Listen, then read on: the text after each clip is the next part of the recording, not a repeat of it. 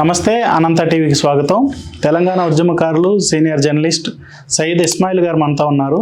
తెలంగాణ రాష్ట్ర సాధనలో వారు ఎంతైతే కీలక పాత్ర పోషించారో గత 10 ఏళ్ల కాలంలో ఉద్యమకారులకు జరిగిన అన్యాయాలపైన కూడా అంతే అసంతృప్తితో ఆ ప్రభుత్వాన్ని ఓడించడంలో కూడా అంతకన్నా ఎక్కువ కీలకంగా పనిచేసి కాంగ్రెస్ ప్రభుత్వం ఏర్పాటులో ఆయన కృషి చేశారు. ఈ నేపథ్యంలో ప్రస్తుత రాజకీయాలపైన ఆయన అభిప్రాయాలను తెలుసుకుందాం. నమస్తే అండి ఇస్మాయిల్ గారు. ఎంతోమంది ఆత్మ బలిదానాలు, ఉద్యమకారుల పోరాటాల ఫలితంగా తెలంగాణ రాష్ట్రం ఏర్పడింది. అయితే ఇచ్చింది సోనియా గాంధీ అయినా కూడా తెచ్చింది కేసీఆర్ అని నమ్మిన ప్రజలు ఆయనకి 10 ఏళ్ల పాటు అధికారాన్ని అప్పగించారు. ఈ 10 ఏళ్లలో ఉద్యమకారులను విస్మరించారనే వాదన బలంగా వినపడింది. ఇది ఎంతవరకు నిజమని మీరు నమ్ముతున్నారు? మురళి గారు, ఇది సున్నితమైన అంశమే, కానీ ఇక్కడ ఉన్నటువంటి ప్రజల ఆత్మగౌరవానికి సంబంధించిన అంశంగా ముందు మనం చూడాల్సిన అవసరం ఉన్నది. తెలంగాణ ఉద్యమం మొదలైందే ఆత్మగౌరవ నినాదంతో. అంటే నీళ్లు, నిధులు, నియామకాలతో పాటు మా పాలన మాకు కావాలి, ఇక్కడ మా ఉద్యోగాలు మాకు కావాలి, మా నీళ్లు మాకు కావాలి, మేము ఆత్మగౌరవంతో బ్రతకాలి అనేటటువంటి ఉద్దేశంతో ఇక్కడ ప్రజలు సంఘటితమై కుల, మత, ప్రాంత విభేదాలు అన్ని పక్కన పెట్టేసి ఐక్యంగా సకల జనులంతా కలిసి ఉద్యమిస్తే ఈ తెలంగాణ రాష్ట్రం వచ్చింది. అవునన్నా కాదన్నా కొన్ని రాజకీయ పార్టీల నిర్ణయాలు కూడా చాలా కీలకం. అందులో తెలంగాణ రాష్ట్ర సమితిగా ఉద్యమ సంస్థగా ఆవిర్భవించినటువంటి కేసీఆర్ నేతృత్వంలో ఉన్నటువంటి ఒక ఉద్యమ సంస్థ కూడా ఒక కీలక భూమిక ఇందులో పోషించింది. దాన్ని కాదనలేం. దాని అనంతరం జరిగిన పరిణామాలు ఒక రాజకీయ పార్టీగా అవతరించడం, ఆ రాజకీయ పార్టీ ద్వారా మళ్ళీ ప్రజల్లోకి వెళ్ళి ఎన్నికల్లో నిలబడటం, ఇటువంటి పరిణామాలు కూడా జరిగినాయి. అయితే మీరు అడిగినటువంటి ప్రశ్నలో ఎవరు అవునన్నా కాదన్నా చరిత్ర చెప్పేటటువంటి సాక్ష్యం ఇది 100% సోనియా గాంధీ చొరవ వలన సోనియా గాంధీ నేతృత్వంలో ఉన్నటువంటి రాజకీయ పార్టీ అనుకుంటే సాధ్యమైంది, కానీ ఇంకా మరొకటి కాదు. అయితే ఇక్కడ సోనియా గాంధీ తలొగ్గడానికి కానీ, సోనియా గాంధీ ఇష్టపడడానికి కానీ, లేదు సోనియా గాంధీ తెలంగాణ రాష్ట్రం ఇవ్వడానికి కానీ కారణాలు కూడా మనం చూడాల్సిన అవసరం ఉంది. ఆ సందర్భంలో జరిగినటువంటి ఉద్యమాలు, తర్వాత ప్రజల నుంచి పెరుగుతున్నటువంటి ఒత్తిడి, రాజకీయ భవిష్యత్తుకు సంబంధించిన అంశం, వీటన్నిటిని ముడిపడి ఉన్నప్పటికీ కూడా ఇవ్వాలనే మనసు కూడా ఉండాలి కదా. అది సోనియా గాంధీ గారికి ఇవ్వాలనే మనసు ఉంది కాబట్టి సాధ్యపడింది. చాలా రాజకీయ పార్టీలు చాలా రాజకీయాలు చేసినాయి. అంటే ఒక ఉద్యమాన్ని కూడా ఒక పక్క పిల్లలు చనిపోతూ ఉంటే, విద్యార్థులు చనిపోతూ ఉంటే, యువకులు చనిపోతూ ఉంటే, ఆ యువకుల విద్యార్థుల శవాల చితిమండల మీద కూడా రాజకీయాలు చేసినటువంటి పరిస్థితి ఇక్కడ జరిగింది. ఇక్కడ చాలా మంది ఇప్పుడు రాష్ట్రం వచ్చిన తర్వాత, ఉద్యమ ఫలితాలు వచ్చిన తర్వాత అందరం భాగస్వాములం, మేము చాలా త్యాగాలు చేశామని చెప్తున్నాం. ఎక్కడ ఏ రాజకీయ పార్టీ త్యాగాల్ని మనం పెద్దగా చూడాల్సిన అవసరం లేదు. ఒకే ఒక అంశం చాలా కీలకంగా చూడాల్సిన అవసరం ఉంది. ఒకటి, విద్యార్థి యువజనుల ఆత్మ బలిదానాలు, తర్వాత సకల జనులు కలిసి ఉద్యమం. అంటే ప్రజలు, ప్రజాస్వామికవాదులు, ప్రజాతంత్రవాదులు, తర్వాత మేధావులు, కవులు, కళాకారులు, జర్నలిస్టులు అందరం కలిసి నడిచి ఇక్కడ ఉన్నటువంటి ప్రజల్ని చైతన్యవంతం చేయడంతో పాటు ప్రజా చైతన్యాన్ని కొంచెం ఉవ్వెత్తున ఎగిసిపడేటటువంటి వేదికలను ఏర్పాటు చేయడం, దాన్ని ఒక ఆందోళన రూపాలని కూడా ఉధృతంగా సాగేటటువంటి రూపాలు తీసుకోవడం, తర్వాత చాలా సందర్భాల్లో హింస చెలరేగేటటువంటి ప్రమాదకరమైనటువంటి పరిస్థితుల్ని రాజకీయ పార్టీలు చేసే ప్రయత్నం చేసినాయి. కానీ ఇక్కడ హింస కంటే కూడా ఒక శాంతియుత మార్గంలో ఇది ఆత్మగౌరవ పోరాటం, తర్వాత ఇక్కడ ఉన్నటువంటి ఉనికి పోరాటం, ఇక్కడ ఉన్నటువంటి ప్రజల చిరకాల వాంఛ, చాలా పెద్ద ఆకాంక్ష. 1969లో జరిగినటువంటి మోసం మరొకసారి జరగకూడదని, 69 ఉద్యమకారుల ఆత్మ బలిదానాలు వృధా కాకూడదని, 69లో జరిగినటువంటి ప్రాణత్యాగాల పునాదుల మీద నిర్మితమైనటువంటి ఒక ప్రజా ఉద్యమాన్ని సజీవంగా ఉంచాలనే ఒక సంకల్పం, తర్వాత వాళ్ళందరి నడిచినటువంటి మార్గంలో ఒక ఆదర్శమైనటువంటి మార్గాన్ని ఎంచుకోవడం. చాలా సందర్భాల్లో ఇప్పుడు రాజకీయ పార్టీలు మేము తెచ్చినమని, మేము ఇచ్చినమని చెప్పే ప్రయత్నం చేస్తాం. ఎవరు తెచ్చినా ఎవరు ఇచ్చినా 100% ఎప్పుడు గుర్తుంచుకోవాల్సిన అవసరం ఒకటి, అమరుల త్యాగాల పునాదుల మీద ఈ రాష్ట్రం ఏర్పడింది. ఖచ్చితంగా సోనియా గాంధీ తలుచుకుంటేనే ఈ రాష్ట్రం వచ్చింది. సోనియా గాంధీ నేతృత్వంలో ఉన్నటువంటి ప్రభుత్వం మాత్రమే ఇది నిర్ణయం తీసుకున్నది. పార్లమెంట్లో కానీ, అటు రాజ్యసభలో ఇటు పార్లమెంట్లో నిర్ణయం తీసుకున్నది. ఈ బిల్లు ఆమోదం పొందడానికి సోనియా గాంధీ చొరవ మాత్రమే ప్రధానము. ఎస్, రాజకీయ పార్టీలుగా చాలా పార్టీలు పోరాడిన దాంట్లో ఇప్పుడు చెప్పుకుంటున్నటువంటి పార్టీ వాళ్ళు కూడా పోరాడారు. కానీ ఆ నిర్ణయానికి సంబంధించి జరిగినప్పుడు ఇక్కడ ఉన్నటువంటి ప్రజల ఆకాంక్షల్ని గౌరవించారు, ఇక్కడ ఉన్నటువంటి ప్రజల పోరాటాల్ని స్ఫూర్తిగా తీసుకున్నారు. తర్వాత ఇక్కడ ప్రజలు పోరాడినటువంటి తీరు కూడా ప్రపంచమే నివ్వరపోయింది. ఇది కేవలం ఒక రాజకీయ పార్టీ అనుబంధ సంఘంగా ఉన్నటువంటి సంఘాలు కొన్ని సందర్భాల్లో ఇష్యూ బేస్డ్గా చేస్తూ ఉంటాయి. ఇది అట్లా కాదు. ఇది చాలా గొప్ప ఉద్యమం, ఒక మహోద్యమంతో చరిత్రలో సువర్ణాక్షరాలతో నిలిచిపోయేటటువంటి ఉద్యమం తెలంగాణ ఉద్యమం.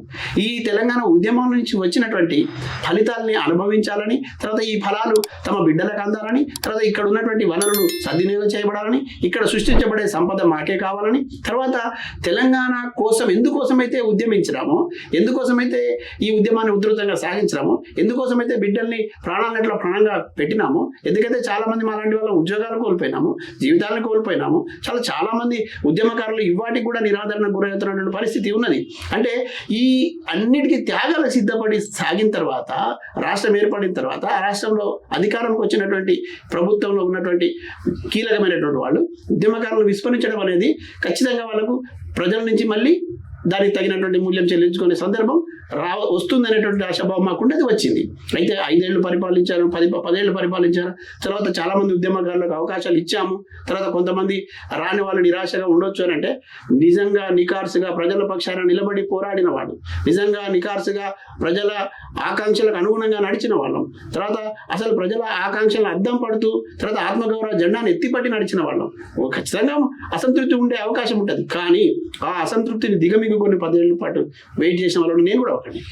ఈ అసంతృప్తిని దిగమింగుకుంటూ, తర్వాత అవమానాలను దిగమింగుకుంటూ, వివక్షను ఎదుర్కొంటూ 10 ఏళ్ల పాటు మేము కూడా ఎదురు చూసినాం. ఎక్కడో ఒక దగ్గర అవకాశం రాకపోతుందా, ఎక్కడో ఒక దగ్గర మమ్మల్ని గౌరవించకపోతారు, ఎక్కడో ఒక దగ్గర కనీసం ఒక దారి దొరకకపోతుందా అని. కానీ అటువంటి కనీస ఇది కూడా చూపెట్టలేదు. కొంతమంది వ్యక్తులు మాటలు విన్నారా, లేకపోతే ఆ చుట్టూ ఉన్నటువంటి కొంతమంది చెప్పుడు మాటలు వాళ్ళు విన్నారా. ఇది చరిత్రలో ఎప్పుడైనా సరే ఏ ఉద్యమం జరిగినా, లేదు ఒక నిర్ణయం జరిగినా, లేదు ఒక పరిపాలనకు సంబంధించి ఒక అంశాన్ని తీసుకొని ముందుకు సాగుతున్నప్పుడు దాని చుట్టూ కొంత ఎక్సర్సైజ్ అయితే జరగాలి కదా, వాస్తవాలు అయితే తెలియాలి కదా. వాస్తవాలు మరుగున పడేసి చెప్పుడు మాటలు వింటే పరిస్థితి ఎట్లా ఉంటుంది అనే దానికి నిదర్శనం ఇప్పుడు కనబడతా ఉంది. అటు ఉద్యమకారులు, ఇటు ప్రజలు కేసీఆర్ ప్రభుత్వం పట్ల తీవ్రమైన వ్యతిరేకతతో ఆ ప్రభుత్వాన్ని ఓడించి కాంగ్రెస్ ప్రభుత్వానికి పట్టం కట్టారు. ఇప్పుడైనా కూడా ఉద్యమకారులకు సరైన న్యాయం జరుగుతుందని మీరు భావిస్తున్నారా? ఇక్కడ 2 విషయాలు మురళి గారు. ఈ ప్రభుత్వాన్ని ఎవరో ఓడించారనో, లేకపోతే ఉద్యమకారులుగా ఉన్న వాళ్ళ మేము ఓడించామనో ఇది కరెక్ట్ కాదు. ఎందుకు చెప్తున్నాను ఈ మాట అంటే, ప్రజలకు ప్రజారంజకంగా పాలన ఉంటే, ప్రజా సంక్షేమ పథకాలు సరిగ్గా అమలు జరిగితే, ప్రజల కోరిక మేరకు పాలన ఉంటే ప్రజలు ఖచ్చితంగా మళ్ళీ తిరిగి పట్టం కట్టేటువంటి అవకాశం ఉంటుంది. అది 5 ఏళ్ళు పరిపాలించిన టీఆర్ఎస్ పార్టీకి మళ్ళీ అవకాశం కల్పించిన పరిస్థితి కూడా మనం చూసాం. కానీ ప్రజల అభిష్టాలకు వ్యతిరేకంగా, ప్రజల కోరికల్ని కాదని, తర్వాత అసలు ప్రజా ప్రయోజనాలు పక్కన పెట్టి వ్యక్తుల ప్రయోజనాలు, తర్వాత తమ చుట్టూ ఉన్నటువంటి వాళ్ళ ప్రయోజనాలు, అదేవిధంగా మరీ ముఖ్యంగా ఆత్మగౌరవంతో వచ్చిన వాళ్ళ ఆ ఆత్మగౌరవం మీదనే దెబ్బ కొట్టేటువంటి పరిస్థితి ఎప్పుడైతే వచ్చిందో అది ఖచ్చితంగా నిరసన రూపం తీసుకున్నది. ఆ నిరసన రూపం ప్రజల్లోకి వెళ్ళింది. ప్రజల మధ్యలో కూడా ఖచ్చితంగా ఒక వ్యతిరేక భావన వచ్చింది. ఇవాళ నేను చాలా క్లియర్గా చెప్పదలుచుకున్నాను, మనం రాజకీయ పార్టీ నాయకులం కాదు, మనం ప్రజల పక్షాన నిలబడ్డ వాళ్ళం, ప్రజల గొంతుగా ఉన్న వాళ్ళం. ప్రజలు ఏదైతే కోరుకుంటున్నారో ఆ కోరికను ప్రభుత్వాలకు, అధికారులకు తెలియజేయడానికి ప్రయత్నం చేసేవాళ్ళు. ఈ రోజు కూడా అదే స్టాండ్ మీద నేను ఉన్నాను. అయితే ఇక్కడ మనం చెప్పుకోదలసిన అంశం ఏమిటంటే, ప్రజలకు ఏది చేస్తామని అయితే చెప్పి వచ్చినారో అది చేయకుండా ఉండేటటువంటి ప్రయత్నం చేసినప్పుడు వ్యతిరేకత వస్తుంది. అది ఇప్పుడు వచ్చింది. తర్వాత ప్రజలకు ఇచ్చినటువంటి హామీలు నెరవేర్చే విషయంలో, మేనిఫెస్టోలో పెట్టిన అంశాలని పట్టించుకోకపోవడం, మరీ ముఖ్యంగా విద్యా వ్యవస్థ నిర్వీర్యమైనటువంటి పరిస్థితి, ప్రమాదకరమైన పరిస్థితి రావడం, తర్వాత ఉద్యోగాలు భర్తీ చేసేటటువంటి విషయంలో నిర్లక్ష్యం చూపడం.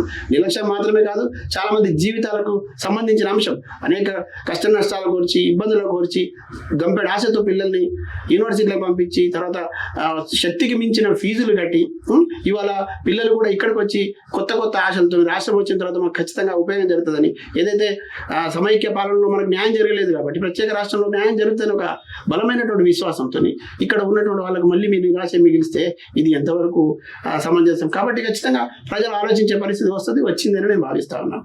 సేమ్ టైం రాజకీయాల్లో కూడా ఒక రాజకీయ ఎత్తుగడలో, వ్యూహాల్లో భాగంగా ఒక పార్టీకి స్వేచ్ఛ ఉంటుంది, ఏ నిర్ణయమైనా తీసుకోవచ్చు.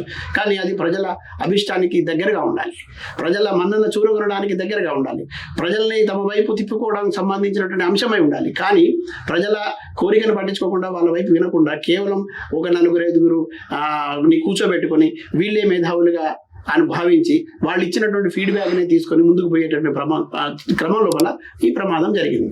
ఎస్, గెలిపోవడం సహజం, రాజకీయ పార్టీలకు అవి సహజమే, కానీ ప్రజల తీర్పునైతే గౌరవించాలి కదా. ఇక్కడ మీరు అడిగినటువంటి ప్రశ్నలో రెండవ సమాధానం ఏమిటంటే, ఇప్పుడు వచ్చినటువంటి ప్రభుత్వం అవునన్నా కాదన్నా ఇది ప్రజలు ఇచ్చినటువంటి తీర్పు. ప్రజలు ఏ రకమైనటువంటి పాలన కావాలనుకున్నారు, వాళ్ళకి ఏ రకమైనటువంటి సౌకర్యాలు కావాలనుకున్నారు, ఏం వసతులు కావాలనుకున్నారు, వీటన్నిటికి అనుగుణంగా ఎవరిని నమ్మాలి ఎవరిని నమ్మకూడదు అనేటువంటి ఒక అభిప్రాయాన్ని కూడా ప్రజలు వచ్చి ఉన్నారు. ఆ క్రమం లోపల జరిగినటువంటి ఎన్నికలు ఇవి.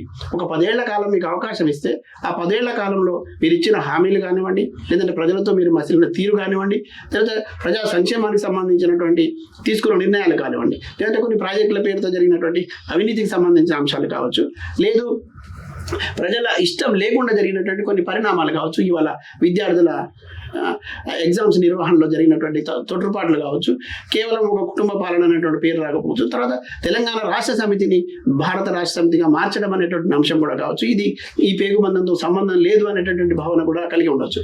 ఇవాళ ముఖ్యంగా రైతులు, మైనారిటీలు, దళితులు, ఉద్యోగులు ఖచ్చితంగా ఈ ప్రభుత్వానికి వ్యతిరేకంగా పనిచేశారని నేను భావిస్తా ఉన్నా. తర్వాత 6 గ్యారంటీలు ఏదైతే కాంగ్రెస్ పార్టీ చెప్పిందో 6 గ్యారంటీలు కూడా ప్రజలు విశ్వసించి ఇవాళ కాంగ్రెస్ పార్టీకి అధికారం ఇచ్చినారని నేను భావిస్తున్నాను.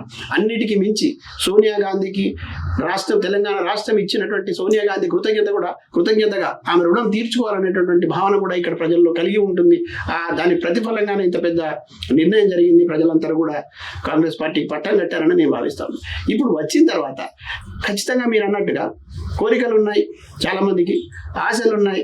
తర్వాత ఏదైతే నష్టపోయామో, ఏదైతే కోల్పోయామో, ఎక్కడైతే వివక్ష అయిందో, ఎక్కడైతే మమ్మల్ని మానసికంగా ఇబ్బంది పెట్టారో ఆ రకమైన పరిస్థితి ఇక్కడ ఉండకూడదు అని చెప్పి చాలా మంది కూడా రాజకీయాలకు అతీతంగా, రాజకీయ పార్టీలలో సంబంధం లేకుండా కూడా ఈ వివిధ రంగాల్లో ఉన్నటువంటి వాళ్ళందరూ కూడా కొద్ది గొప్ప వాళ్ళ ఉడతా భక్తిగా ప్రజల్ని కొంచెం ఆలోచింపజేయడానికి, ప్రజల్ని చైతన్యం చేయడానికి, ప్రజల కొద్దిగా మార్పు తీసుకురావడానికి పని చేసిన మాట వాస్తవం.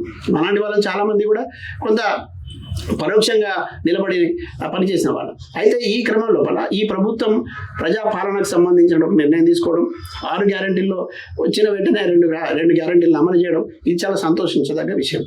ఎస్, ప్రజావాణిని వినిపించడం కోసం ఏర్పాటు చేసినటువంటి దాన్ని నేను మొట్టమొదటి రోజే సచివాలయం మన ప్రగతి భవన్గా ఉన్న ఆ భవనానికి జ్యోతిరావు పూలే భవన్గా పేరు మార్చినారు. ప్రజాపాలనగా అక్కడ మొదలుపెట్టిన రోజే నేను వెళ్ళి చూసినాను. కొన్ని వేల మంది ప్రజలు దరఖాస్తులు తీసుకొని వచ్చినారు.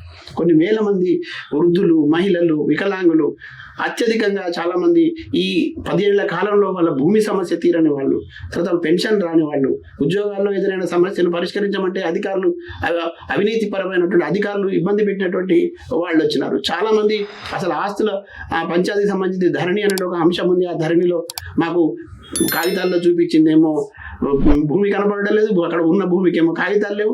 ఇటువంటి చాలా ఇష్యూస్తో చాలా మంది వచ్చినారు. వికలాంగులు అయితే చాలా మంది వచ్చినారు. ఇక్కడ 2 అంశాలు నేను ఆ రోజు గమనించిన, జర్నలిస్ట్గా, ఉద్యమకారుడిగా, ఈ ప్రాంత బిడ్డగా. ఎప్పుడైనా ఒక ఆశగా ఉన్నటువంటి వ్యక్తికి, నాకు ఇక్కడ న్యాయం జరుగుతుందని ఒక నమ్మకంతో వచ్చిన వ్యక్తికి ఖచ్చితంగా అక్కడ ఏదో రకమైనటువంటి ఓదార్పు ఉండాల్సిన అవసరం ఉంటుంది. కనీసం వాడిని గేట్ నుంచి లోపలికి పిలిచి వాడి దరఖాస్తును పరిశీలించాల్సిన అవసరం ఉంటుంది. గత 10 ఏళ్లలో లేదు కదా, ఈ రోజు వచ్చింది. ఇది పరిష్కారం అవుతుందని ఒక నమ్మకం నాకు కలిగింది. ఈ పరిణామం చాలా మంచి పరిణామంగా నేను భావిస్తున్నాను. ఎస్, అధికారులలో కానివ్వండి, వ్యవస్థలో కానివ్వండి లోపాలు ఉంటాయి, సరిదిద్దుకోవాల్సిన అవసరం, కొంత సమయం కూడా పట్టే అవకాశం ఉంది. లేదు, కొన్ని మార్గాలు కూడా ఉంటాయి. ఇవాళ ఒకే రోజు అంత వేల మంది వచ్చినారు, అన్ని సమస్యలు తీసుకోవడం కానీ పరిష్కరించడం కానీ సాధ్యం కాదు. కాబట్టి దీంట్లో కొంత పద్ధతి ప్రకారం కొంత నిర్ణయాలు జరగాల్సిన అవసరం ఉంది. అంటే ఒక దశల వారీగా తీసుకోవడమా, లేకపోతే దాన్ని ఎట్లా దానికి ఒక సపరేట్ వ్యవస్థను ఏర్పాటు చేయడం, వచ్చిన ప్రతి దరఖాస్తును తీసుకునే వీలు కల్పించడం, దానికి పరిష్కార మార్గం చూపించడం, ఒక వ్యవస్థ నిర్మాణం జరగాల్సిన అవసరం ఉంది. దానికి కొంత సమయం మనం కూడా వెయిట్ చేద్దాం. ఎస్, కొన్ని ఇబ్బందులు వస్తున్నాయి అనేటువంటి వార్తలు వినబడుతున్నాయి, కానీ వెంటనే అన్ని జరిగిపోతాయని అనుకుంటే అది భ్రమ. వెంటనే ఏది జరగదు. మన సహకారం ఉండాలి, ప్రభుత్వం చిత్తశుద్ధితో ఉండాలి, అధికారులు కూడా చిత్తశుద్ధితో పనిచేయాలి. దీనికి తగిన ప్రణాళికాబద్ధమైనటువంటి నిర్ణయాలు కూడా జరగాలి, దానికి తగినటువంటి పని రావాలి. అయితే ఇక్కడ ఉద్యమకారులకు సంబంధించినటువంటి ఆకాంక్షలు నెరవేరుతాయా ఈ ప్రభుత్వంలో అంటే నేను నమ్ముతున్నా. నేను విశ్వసిస్తున్నా. ఎందుకు నేను నమ్ముతున్నానంటే గతంలో జరిగినటువంటి పరిణామాలని చూసే కదా ఇవాళ ప్రజలు వ్యతిరేకంగా తీర్పు ఇచ్చినారు. మీరు చేయకపోతే మిమ్మల్ని కూడా అదే రకమైనటువంటి పరిస్థితి చూస్తారు కదా అనేటటువంటి సోయి నాయకులకు ఉంటుందనేటువంటి భావన నాకు ఉన్నది. తర్వాత ఇవాళ సోనియా గాంధీ నేతృత్వంలో జాతీయ నాయకత్వం చాలా కష్టపడి పనిచేసింది ఇక్కడ. ఇంత గతంలో ఎప్పుడు కూడా కాంగ్రెస్ పార్టీ ఇంత సీరియస్గా, ఇంత ప్లాన్డ్గా, తర్వాత ప్రతి క్షేత్రస్థాయిలో పరిశీలన చేసి క్షేత్రస్థాయిలో పనిచేసినటువంటి సందర్భాలు గతంలో ఎక్కడ లేవు. కానీ ఇవాళ కర్ణాటక ఎన్నికల తర్వాత ఇక్కడ పరిణామం కనపడింది. తెలంగాణలో మరి ముఖ్యంగా కాన్సన్ట్రేట్ చేసినారు. ఈ మేనిఫెస్టో తయారు చేసేటప్పుడే చాలా కసరత్తు జరిగింది. ఈ మేనిఫెస్టో రూపొందించడంలో కూడా చాలా మంది మేధావులు కూర్చొని పనిచేసినారు. కేవలం రాజకీయ లబ్ధి కోసమో, రాజకీయ ప్రయోజనాల కోసమో, పార్టీ అధికారం రావడం కోసం, ఏదో భ్రమల్లో పెట్టడం కోసమో ఈ మేనిఫెస్టో తయారు చేశారని నేనైతే అనుకోను. తర్వాత ఈ మేనిఫెస్టోను ఖచ్చితంగా అమలు చేశారనే ఒక విశ్వాసం ప్రజలకు ఉంది, నాకు ఉంది. ఈ మేనిఫెస్టోలో పొందుపరిచిన అంశాలు 100 రోజుల్లో ఏదైతే చెప్పినారో అది అవుతుంది అనేటువంటి విశ్వాసంతో మనం ఉండాలని నేను కోరుకుంటున్నా. సేమ్ టైం కొన్ని నిర్ణయాలు మేనిఫెస్టోలో లేకపోయినా కూడా అమలు జరిగే అవకాశం ఉంది. ఇవాళ ఉచిత బస్సుకు సంబంధించినటువంటి అంశం, ఉచితంగా మహిళలకు బస్సులో ప్రయాణానికి సంబంధించిన అంశం కొంతమంది అపహాస్య పాలయ్యేటట్టు, కొంతమంది మరి దాన్ని వెగటు పుట్టించేటట్టుగా కొన్ని ఆరోపణలు చేస్తూ ఉన్నారు. ఇది చాలా దుర్మార్గమైన చర్యగా నేను భావిస్తూ ఉన్నా. ఏ ఒక్కటి కూడా వెంటనే అద్భుతాలు జరిగిపోవు. కానీ ఒక ఉచితంగా ఒక మహిళకు బస్సులో అవకాశం కల్పిస్తే దాన్ని కూడా స్వాగతించలేని పరిస్థితులు ఉండడం, దాన్ని కూడా తర్వాత ఏంది కోడి మీద దాన్ని సమేత చెప్తారు అట్లా చేయడం, ఇది మంచిది కాదు. మనం కొంతకాలం సమయం ఇవ్వాలి, దానికి సంబంధించిన వ్యవస్థ కూడా పటిష్టపరచాలి కదా, వ్యవస్థ అంతా కూడా సర్దుకోవాలి కదా. ఎస్, మహిళల పట్ల చిన్న చూపు చూసేవాళ్ళు, మహిళల్ని అవమానపరచడానికి మాట్లాడేవాళ్ళు, తర్వాత మహిళలకు సంబంధించి అంటే ఒక పురుష అహంకారం ఉన్న వాళ్ళు చేసేటటువంటి చర్యగా నేను దీన్ని చూస్తా ఉన్నా. ప్రభుత్వం వైపు నుంచి నిర్ణయం తీసుకొని ఆ నిర్ణయాన్ని అమలు చేయడం కోసం ఒక పెద్ద అధికార యంత్రాంగం ఉన్నది. కొద్ది రోజుల్లో అది సమస్య పోతుంది. ఎస్, మనకి ఎక్కడైనా బస్సులు తక్కువ ఉంటే బస్సులు వేసుకోవడం, ఏదైతే లేదు ఇంకెక్కడైనా వసతులు తక్కువ ఉంటే ఆ వసతులు మెరుగుపరచుకోవడం కోసం వాళ్ళు కూడా చర్యలు తీసుకోవాల్సిన జరుగుతుందని నేను భావిస్తాను.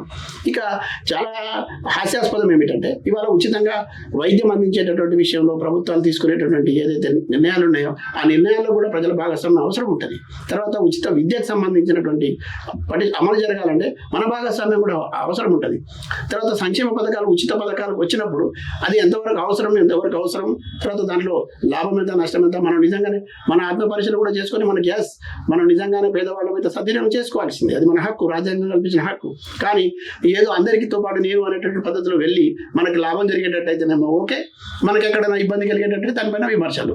ఇది ఎవరు చేసినా మంచిది కాదు. ఏ ప్రభుత్వం చేసినా, ఏ ప్రభుత్వం నుంచి వచ్చినా మనం కనీసంగా ఈ దేశంలో ఇప్పటికి కూడా ఇంకా రోజుకు 3 పూటలు తిండి తినలేని ఆకలితో అలమటించేటటువంటి ప్రజలు ఉన్నారు. వాళ్ళకి కొంత అవసరం ఉంటుంది.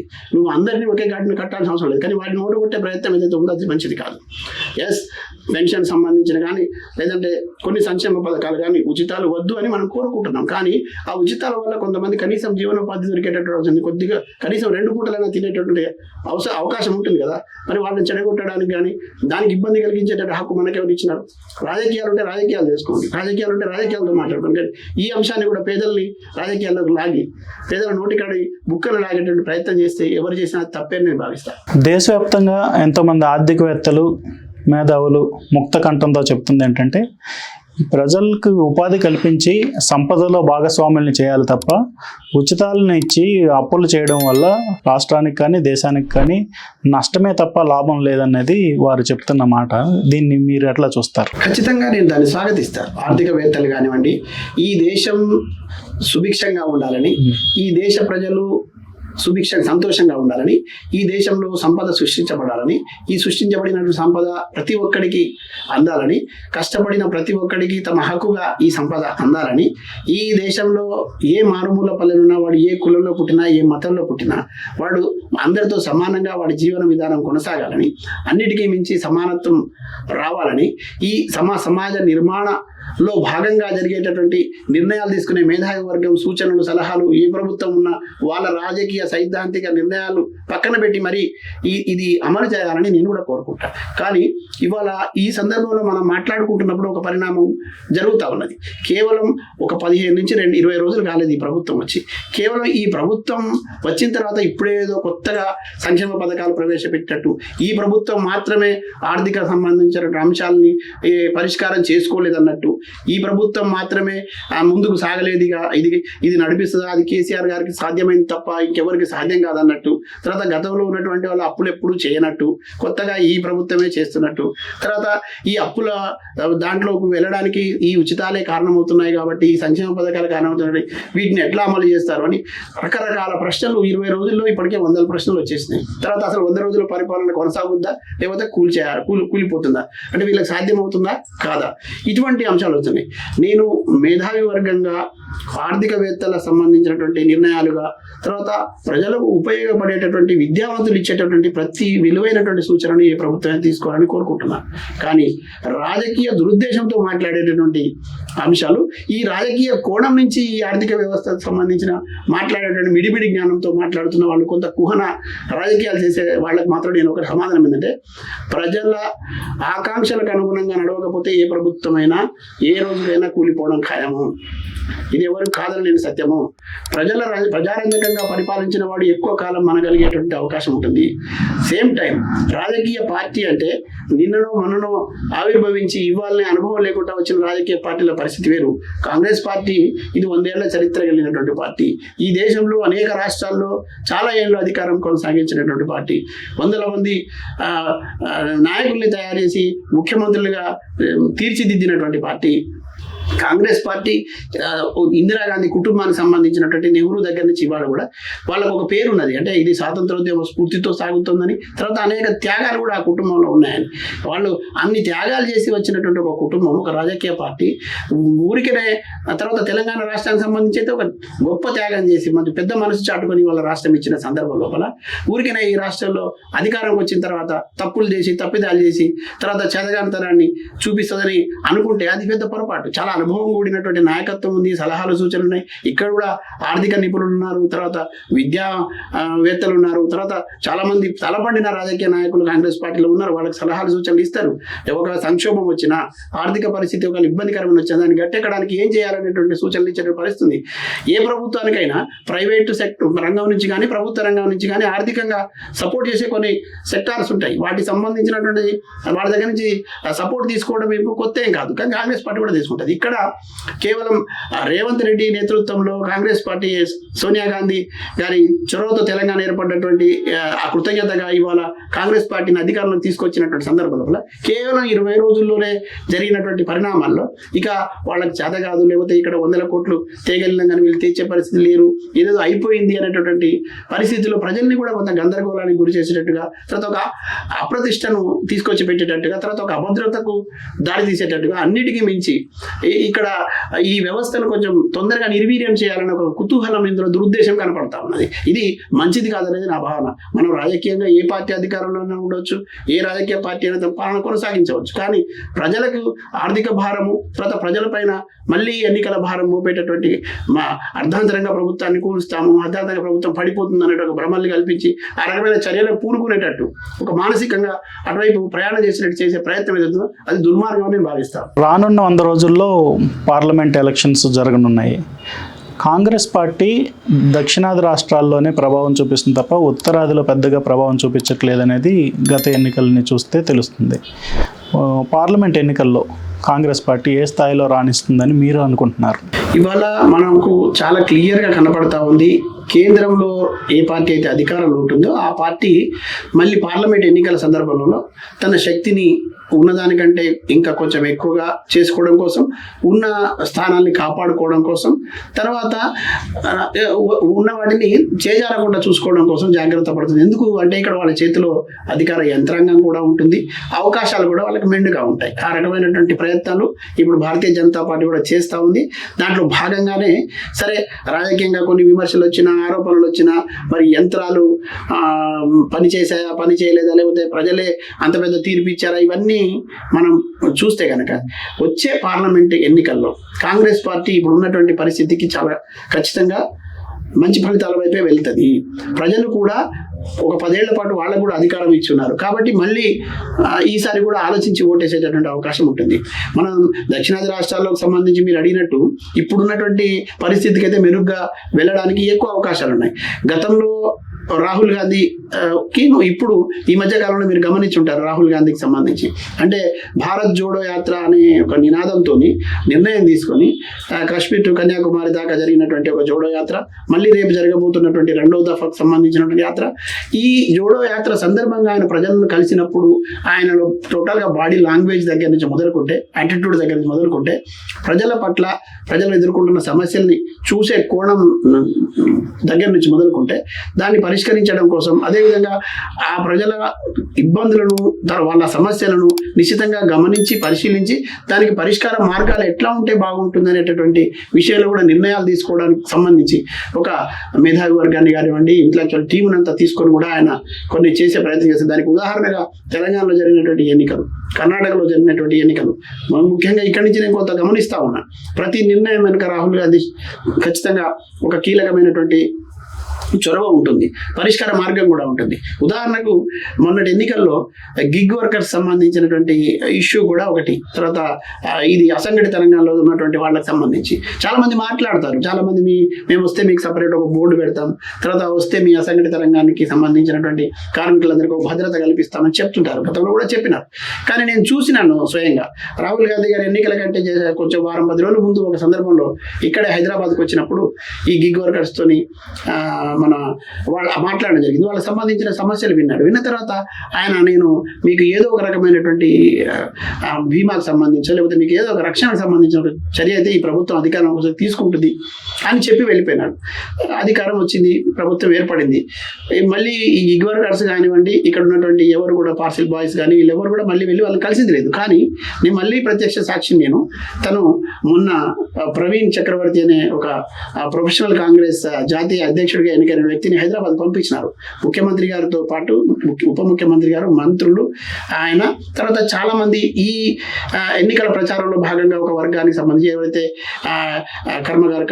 కర్మచారి కాంగ్రెస్ సంబంధించినటువంటి నాయకత్వం, ప్రొఫెషనల్ కాంగ్రెస్ నాయకత్వం, తర్వాత ఈ కార్మిక వర్గాన్ని ఏకతాటిపై తీసుకురావడం కోసం పనిచేసిన వాళ్ళందరినీ పిలిచి మళ్ళీ ఒక గెట్ టుగెదర్ పెట్టినారు. పెట్టేసి వాళ్ళ దగ్గర ముఖాముఖి పెట్టి మీకు ఆ మాట ఆ రోజు చెప్పినాం కదా, ఇప్పుడు ప్రభుత్వం అధికారంలోకి వచ్చింది, మీకు మీ సమస్య ఆ రోజు చెప్పినారు, ఇప్పుడు మనం వెంటనే ఏం పరిష్కరించుకుందాం. రాహుల్ గాంధీ గారు నన్ను దూతగా పంపించినారు, మేము మాట్లాడాల్సిన అవసరం ఉంది, మీరు ఓపెన్ అవ్వండి, మీకు ఇప్పుడు వెంటనే మన ప్రభుత్వం ఏం చేయాలి అని. మంచి పరిణామం కదా, చాలా మంచి పరిణామం. అంటే చేసినారు, వెంటనే వాళ్ళకు ఆరోగ్య బీమాకు సంబంధించి ఒక నిర్ణయం తీసేసుకున్నారు. ప్రభుత్వం దానికి సంబంధించినటువంటి నిర్ణయం కూడా తీసుకున్నది. అంటే ఇక్కడ ఒక వాగ్దానం ఇస్తే ఆ వాగ్దానాన్ని కేవలం ఎన్నికల లబ్ధి పొందడం కోసం కాకుండా అది అమలు కావడం, అమలు ద్వారా ఇచ్చిన మాట నిలబెట్టుకున్నాం అన్నట్టు ఒక దాంట్లో ఆ రాజకీయ పార్టీకి క్రెడిబిలిటీ తీసుకురావడం కోసం రాహుల్ గాంధీ పనిచేసినాడని చెప్పడానికి నేను చూసిన ఈ ఉదాహరణ మీకు చెప్పే ప్రయత్నం చేశాను. అంటే ఈ 6 గ్యారెంటీలు అమలు చేయాల్సిందే, చేస్తారు. తర్వాత రాజకీయ ఎత్తుగడలు, వ్యూహాలు, ప్రతి వ్యూహాలు ఉంటాయి, ఆరోపణలు వస్తాయి, కొన్నిట్లో ఎక్కడైనా లోపాలు జరిగితే ఉండొచ్చు. పెద్ద వ్యవస్థ ఇది, దాన్ని సరిదిద్దుకొని ముందుకు పోవాల్సిందే. తర్వాత ఏ ఒక్క పార్టీ చేయని లోపాలే ఈ రాజకీయ పార్టీ కాంగ్రెస్ పార్టీ చేసినట్టు, లేదంటే దాన్ని ఎత్తి చూపే ప్రయత్నం చేద్దామని లేదు, మేము మొత్తం వనరులు సమకూర్చి సంపదను సృష్టిస్తే వీళ్ళు కొల్లగొట్టారని చెప్పే ప్రయత్నం ఏదైతే ఉందో 10 రోజుల్లో అది సంపద కొల్లగొట్టే అవకాశం లేదు కదా. అంటే అభూత కల్పనలు ఇక్కడ ప్రజలు నమ్మరు, అట్లా చేయకూడదు. తర్వాత దిగజారకూడదు, కొంచెం హూందాగా ఉండాల్సిన అవసరం రాజకీయాల్లో. ఎందుకంటే చాలా పెద్ద ఉద్యమాలు చేసి వచ్చిన వాళ్ళం కదా, మరి ఆ రకమైన విచక్షణ కూడా ఉండాలి కదా. పొరపాటు చేస్తే మీరేంటండి, ప్రజలే తీర్పిస్తారు, ప్రజలే తిరగబడతారు, ప్రజలకు ఆందోళన చేసే అవకాశం ఉంది, నిరసన తెలిపే అవకాశం ఉంది, అవసరమైతే ముట్టడులు చేసే అవకాశం ఉంది, దిగ్బంధన చేసే అవకాశం ఉంది, పరిపాలన కొనసాగించకుండా చేసేటటువంటి అనేక రూపాలతో ఉద్యమాలు చేసేటటువంటి చైతన్యం ఇక్కడ ఉన్నది. ప్రజలు అది తీసుకుంటారు. మీరు అప్పుడే 10 రోజులకే 15 రోజులకే లేకపోతే నెల రోజుల్లో అయిపోతుంది, 100 రోజుల్లో అయిపోతుంది అని చెప్పే ప్రయత్నం ఏదైతుందో ఇది నాకు తెలిసి ఒక రకమైన నేరం అంటున్నా నేను. ఇది రాజకీయ పార్టీలుగానే కాదు, ఎవరన్నా ఒక పార్టీని గిట్టని వాళ్ళు మాట్లాడితే కూడా తప్పిది. అంటే దేన్ని ప్రోత్సహిస్తున్నారు మీరు? ప్రజల తీర్పును అగౌరవపరుస్తున్నట్టే కదా, ప్రజలు ఇచ్చిన తీర్పును మీరు స్వీకరించడం లేదన్నట్టే కదా. కాబట్టి ఇటువంటి చర్యలు మంచిది కాదు. ఒక రాజకీయ పార్టీకి పరిణతి ఉండాలి, తర్వాత పరిపక్వత ఉండాలి, నాయకత్వానికి భవిష్యత్ పైన నిర్ణయం ఉండాలి. ఒకసారి ఓడిపోతే మళ్ళీ గెలవడం కోసం ప్రజలు సమీకరించుకోవాలి, ప్రజల మన్ననలు పొందాలి, ప్రజల అభిష్టం మేరకు కొన్ని నిర్ణయాలు తీసుకోవాలి, మళ్ళీ ప్రజా ఉద్యమాలు నిర్మించాలి. ఉద్యమాల నిర్మాణం మీద మళ్ళీ మీరు బలపడవచ్చు కదా. కాంగ్రెస్ పార్టీ కూడా వెయిట్ చేసింది కదా, 10-15 ఏళ్ళ పాటు వెయిట్ చేసింది కదా. దేశంలో చాలా రాజకీయ పార్టీలు ఒడిదుడుకులు ఎదుర్కొన్నవే కదా. ఒక్కొక్కసారి అప్ అండ్ డౌన్స్ వచ్చిన తర్వాతనే కదా కర్ణాటకలో కూడా ఓడిపోయి గెలిచింది, పోరాటం చేసింది కదా. మనం తృణమూల్ కాంగ్రెస్ ఇవాళ మమతా బెనర్జీ ఎంత పోరాటం చేసింది, ఆమె కూడా పోరాటం మళ్ళీ వచ్చింది కదా. కేజ్రీవాల్ లాంటి వాడు అట్లా వచ్చి అక్కడ ఉన్నటువంటి ప్రజల ఆకాంక్షలకు అనుగుణంగా పనిచేయడం వల్లనే కదా ఢిల్లీలో 2 సార్లు అధికారం రాగలరు. ఇవాళ పంజాబ్లో భారతీయ జనతా పార్టీ అంత జాతీయ కేంద్రంలో అధికారం ఉన్నా కూడా మరి పంజాబ్లో ప్రజలు ఎందుకు ఆమ్ ఆద్మీ వైపు చూశారంటే అక్కడ ప్రజలు విశ్వసించారు కదా. అంటే ప్రజల విశ్వాసం చూరగొనే విధంగా అక్కడ నాయకత్వం పనిచేస్తే తప్పకుండా ఫలితాలు ఉంటాయని నేను భావిస్తాను. మీరు విద్యార్థి దశలోనే ఉద్యమ నాయకుడిగా ఎస్ఎఫ్ఐలో పనిచేశారు, ఆ తర్వాత జర్నలిస్ట్గా మారారు, సమాజాన్ని జాగృతం చేసే వృత్తిలో నిర్విరామంగా రాణించారు, అలాగే జర్నలిస్టు సంఘాల్లో కూడా చురుగ్గా పనిచేశారు. అవసరం అనుకున్న ప్రతిసారి వృత్తిని ఆరోగ్యాన్ని సైతం పణంగా పెట్టి మీరు ఉద్యమకారుడిగా మారారు. ఇప్పుడు మీ అడుగులు రాజకీయాల వైపు పడుతున్నాయని భావించవచ్చా? తెలంగాణ రాష్ట్రం కోసం జరిగినటువంటి ఉద్యమం సందర్భంలో కూడా తెలంగాణ జర్నలిస్ట్ ఫోరంలో ఉన్నటువంటి అతి కొద్ది మందిలో నేను కూడా ఒకటిగా ఉండి పనిచేసిన సందర్భం ఉంది. ఇక్కడ పనిచేసినప్పుడు 2 లక్ష్యాలు. ఒకటి, ఇక్కడ ఆత్మగౌరవ నినాదాన్ని ఎత్తిపట్టుకొని ప్రజల ఆకాంక్షల్ని అనుగుణంగా ముందుకు సాగడం.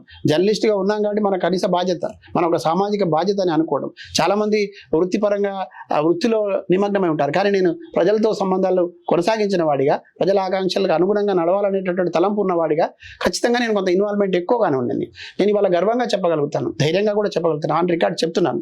ఈ రాష్ట్రంలో తెలంగాణ రాష్ట్రం వచ్చిన తర్వాత జర్నలిస్టులు కూడా ఏం కావాలని కోరుకున్నారో, జర్నలిస్టులు ఏం ఆశించి ఈ ఉద్యమంలో నిలబడ్డారో, తర్వాత రాష్ట్రం వచ్చిన తర్వాత వాళ్ళ కోరికలు ఏమైతే ఉన్నాయో తీరుతాయన్నటువంటి ఒకటి ఏదైతే సంకల్పంతో ముందుకు వచ్చినారో, మెజారిటీ జర్నలిస్టుల సమస్యలు పరిష్కారం కావాలని, మెజారిటీ జర్నలిస్టులకు మంచి జరగాలని, వాళ్లకు సంబంధించినటువంటి అక్రిడేషన్ వృత్తిపరమైన అంశాలే కాకుండా ఆరోగ్యానికి సంబంధించినటువంటి సంరక్షణకు సంబంధించిన అంశం, తర్వాత ఒక ఇంటి స్థలానికి సంబంధించిన అంశం, ఇళ్లకు సంబంధించిన అంశం, చాలా అంశాలు మిగిలిపోయి ఉంది. వాటి మీద ఉద్యమించే క్రమం లోపల నాకు ఒక సంతృప్తి కూడా ఉన్నది. ఇది ఎవరు కాదనలేని సత్యం, ఎవరికి దక్కని గౌరవం నేను చెప్తా ఉన్నా రికార్డుగా. ఈ రాష్ట్రంలో 119 నియోజకవర్గాల్లో ప్రతి నియోజకవర్గం నుంచి వచ్చే జర్నలిస్ట్ కుటుంబానికి ఇస్మాయిల్ అనేటటువంటి వ్యక్తి ఒక జర్నలిస్ట్ నాయకుడిగా తెలుసు. ఎందుకు తెలుసు అంటే హంగులు ఆరుబాటలకు వెళ్ళిన వాడిని కాదు నేను జర్నలిస్టులను అంటిపెట్టుకుని ఉన్నవాడిని. ఆరోగ్య సమస్య ఏ జర్నలిస్ట్ మిత్రుడికి వచ్చినా, ఇవాళ మీరు మళ్ళీ ఒక్కసారి వెనక్కి తిరిగి చూడండి, లేదంటే చరిత్ర గమనించి చూడండి. ఇది అబద్ధాలు, అభూత కల్పనలు. కొంతమంది ఉండవచ్చు కనుక ఏదో ఆ పైకి గంభీరంగా కనపడుతూ డాబుసరి వ్యవహారాలు చేసి ఉండొచ్చు కనుక జర్నలిస్ట్ నాయకుల రూపంలో నేను నా ఆర్థిక పరిస్థితిని కోల్పోయినా, ఇబ్బంది పడుతూ నిలబడ్డాను, ఆరోగ్యాన్ని కోల్పోయినాను, సమయాన్ని కోల్పోయినాను. ఈ 119 నియోజకవర్గాల్లో ఉన్నటువంటి మెజారిటీ జర్నలిస్ట్ మిత్రులకు ఆరోగ్య సంరక్షణ అందించడం కోసం నిత్యం నేను ప్రయత్నం చేసినాను, ప్రయాణం చేసినాను, వాళ్ళకి అంటి పెట్టుకొని ఉన్నాను. ఇది కాదనలేని సత్యం. నేను ఇంత కష్టపడి ప్రత్యక్షంగా నేను ప్రతి కుటుంబానికి కూడా వెళ్ళి కలిసిన సందర్భాలు అత్యధికంగా ఎవరన్నా జర్నలిస్ట్ నాయకుడు ఉన్నాడు, ఈ జర్నలిస్ట్ కుటుంబాన్ని పట్టించుకొని ఆరోగ్య సంరక్షణ సంబంధించి ఏదైనా ప్రమాదం జరిగినా, ఆరోగ్యం బాగలేకపోయినా, ఆపరేషన్ అయినా, ఫీజు కట్టలేని పరిస్థితులు ఉన్నాడంటే అది ఖచ్చితంగా నా పేరు రాయబడి ఉంటుంది, రాయబడి ఉన్నది. నా చరిత్ర అది. నేను ఖచ్చితంగా చెప్పదలుచుకున్నా. నా రక్తం ఉన్నది, నా చెమట ఉన్నది. కాబట్టి నేను ఏం ఆశిస్తా? గౌరవాన్ని ఖచ్చితంగా కోరుకుంటాను. నేను గౌరవం ఖచ్చితంగా కళ్ళుండి చూడలేని పరిస్థితిలో ఉన్న వాళ్ళను ఖచ్చితంగా ప్రశ్నించాలనుకుంటాం కదా. ఇది జరిగినటువంటి ఇవన్నీ నిజాలే కదా, ఇవి సత్యాలే కదా. ఇవాళ ఇళ్ల స్థలాలకు సంబంధించిన అంశం ఎంత సీరియస్గా ఉన్నది. ఎంతమంది జర్నలిస్టులు పాపం నా కళ్ళ ముందు మాకంటే సీనియర్లుగా ఉండి ఇంకా వాళ్ళు ఎదురు చూపులు చూడటం అంటే ఇది ఇబ్బందికరమైన పరిణామం కాదా? ఇది వాస్తవం కాదా? దీన్ని పరిశీలించాల్సిన బాధ్యత మనకు లేదా? పరిష్కరించాల్సినటువంటి బాధ్యత, పరిష్కరించమని చెప్పే బాధ్యత మనకు లేదా? మనం చేసినటువంటి ప్రయత్నాలలో అక్కడ ఉన్నటువంటి ప్రభుత్వాలు కానీ అధికారులు కానీ పట్టించుకోకపోతే గొంతుకి అడగకూడదా? అడిగితే ఈ ప్రభుత్వానికి వ్యతిరేకమైపోతామా? లేకపోతే ఈ ప్రభుత్వానికి వ్యతిరేకంగా అడిగాము కాబట్టి ఇంకా మనం జర్నలిస్ట్ సేవ చేయడానికి పనికిరామా? ఇటువంటి అంశాలు చాలా ఉన్నాయి. ఇవాళ నేను కూడా మీరు అడిగారు నన్ను రాజకీయాల వైపు అంటే, నేను ఇక్కడ రాజకీయాల కంటే కూడా ప్రయోజనాలు ముఖ్యంగా చూస్తున్నా. ప్రజల ప్రయోజనాలు కాపాడబడాలని, మరి ముఖ్యంగా జర్నలిస్ట్ కుటుంబాల ప్రయోజనాలు కాపాడబడాలని, జర్నలిస్టులకు అన్యాయం జరిగినప్పుడు వాళ్ళ వైపు నిలబడాలని. ఒక ట్రేడ్ యూనియన్ లక్ష్యం ఏంటి? అసలు ఏదైనా ఒక సంఘం ఉందంటే ఆ సంఘం ఏం చేయాలి? ఖచ్చితంగా ఆ జర్నలిస్టుకి ఏదైనా ఆపద వచ్చింది, ఆ సంఘ సభ్యుడికి ఆపదలో ఉన్నాడు, కష్టాలు ఉన్నాడు, కష్టం తీర్చేటట్టు ప్రయత్నం చేయాలి. మరి ముఖ్యంగా ఇప్పుడైతే జర్నలిస్టుల ఇంటి స్థలాల కళ నెరవేరాలని కోరుకుంటున్నా. జర్నలిస్టులకి హెల్త్ కార్డు పూర్తి స్థాయిలో అమలు జరగాలని కోరుకుంటున్నా. జర్నలిస్టుల సంక్షేమం కోసం కట్టుబడి ఉన్నామని ఏదైతే మేనిఫెస్టోలో పెట్టిన అంశాలు ఉన్నాయో వాటన్నిటిని కూడా ఎవరైతే గత ప్రభుత్వం విస్మరించింది అనుకుంటున్నామో ఈ ప్రభుత్వం దాన్ని పూర్తిగా చేయాలని కోరుకుంటున్నా. జర్నలిస్టుల వైపే నిలబడతా, జర్నలిస్టుల గొంతుగా ఉంటాం. కేవలం జర్నలిస్టుల మాత్రం కాబట్టి జర్నలిస్టుల వైపే కాకుండా ఇక్కడ ఉన్నటువంటి ప్రజల వైపు నిలబడి పోరాడడానికి, భవిష్యత్తులో కూడా ముందుండి నిలబడడానికి నేను సిద్ధంగా ఉన్నాను.